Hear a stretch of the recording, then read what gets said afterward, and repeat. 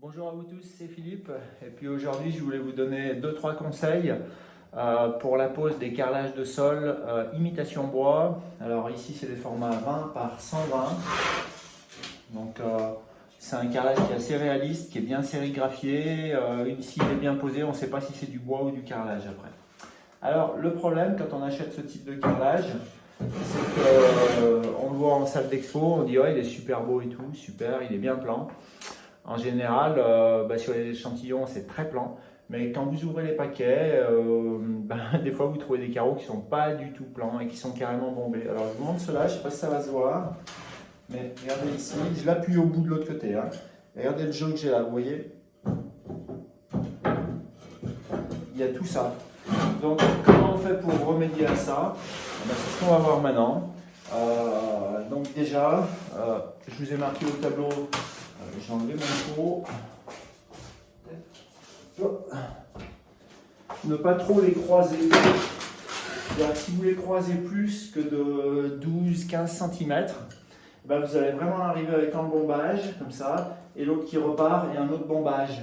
Donc si vous croisez peu, déjà, vous atténuez le phénomène. Moi, je les croise de 12 cm, je me fais un gabarit. Vous voyez, c'est un petit peu le schéma que je vous ai fait là. C'est-à-dire, je les décale un tout petit peu. Et ça fait sympa une fois posé.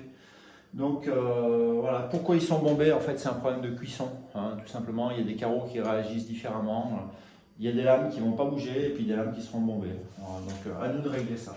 Donc, depuis quelques temps, il y a ces croisillons Pavilift.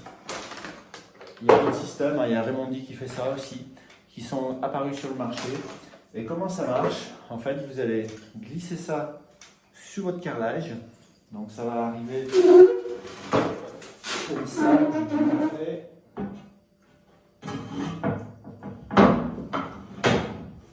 Ouais. Il y a la petite tête jaune qui dépasse. Et ensuite, ils appellent ça comment, les cadrans de serrage qui viennent dessus. On visse.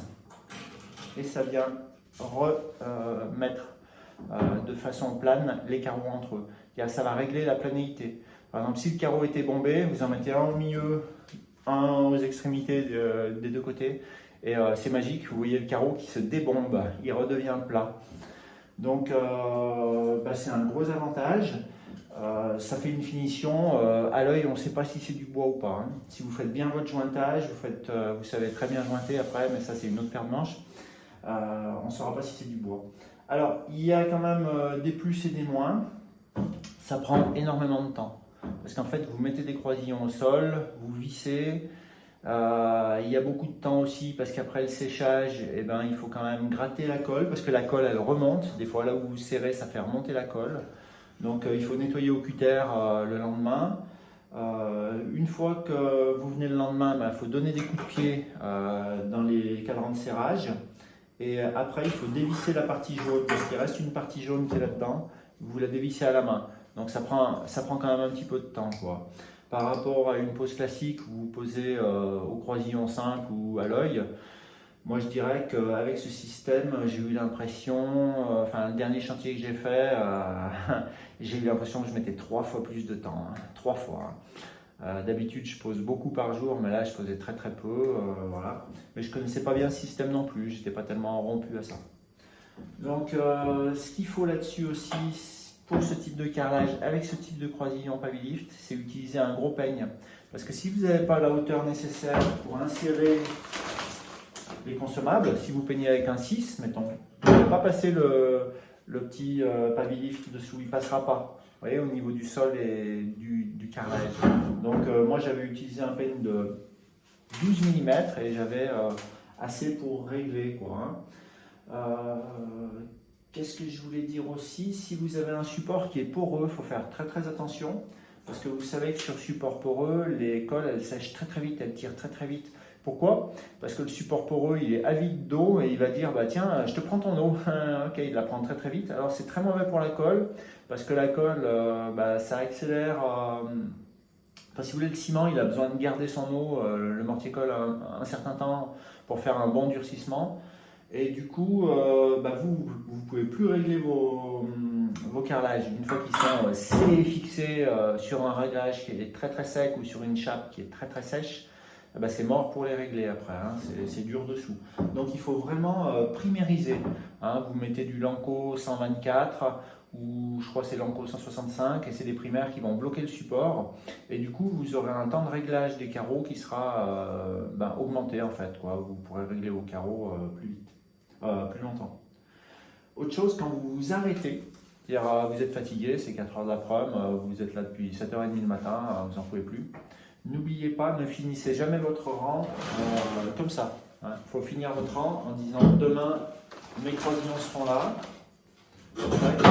et je reposerai mon carreau contre les croisillons qui sont déjà posés et je pourrai revisser dessus après. Il ne faut pas s'arrêter comme ça parce que en fait, la pose est parfaite avec ces croisillons Pavilift. Si vous reprenez sans les croisillons Pavilift, eh ben vous aurez à régler les carreaux, à faire une colle à consistance quand même assez dure. Et il faudra enlever de la colle, remettre de la colle. Il faudra passer la main, il faudra peut-être sélectionner des lames qui seront très très planes pour reprendre le travail derrière. Donc ça, c'est à ne pas oublier. À les mettre le soir, vous en allez, hop, vous les insérez sur toute votre longueur. Qu'est-ce qu'il y avait à dire si le support n'est pas plan, alors si vous êtes sur chape liquide, pas de souci. On verra quand même très peu les défauts. Avec ces croisillons, vous n'aurez pas de réglage, ça sera quand même pas mal. La chape liquide, il faut toujours la primériser, elle reste poreuse. Par contre, si vous êtes sur un support qui n'est pas parfait, là il aura besoin d'un réglage. Ouais.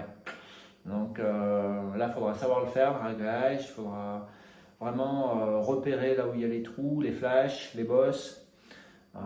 Si le support n'est pas consistant, il ne faut pas hésiter à venir avec le perfo, casser et refaire du réglage. Il ne faut pas carrer sur quelque chose qui sonne creux, qui est très instable. Moi, je sais que je mets toujours une règle de 2 mètres ou de 3 mètres et puis je regarde comment ça se passe.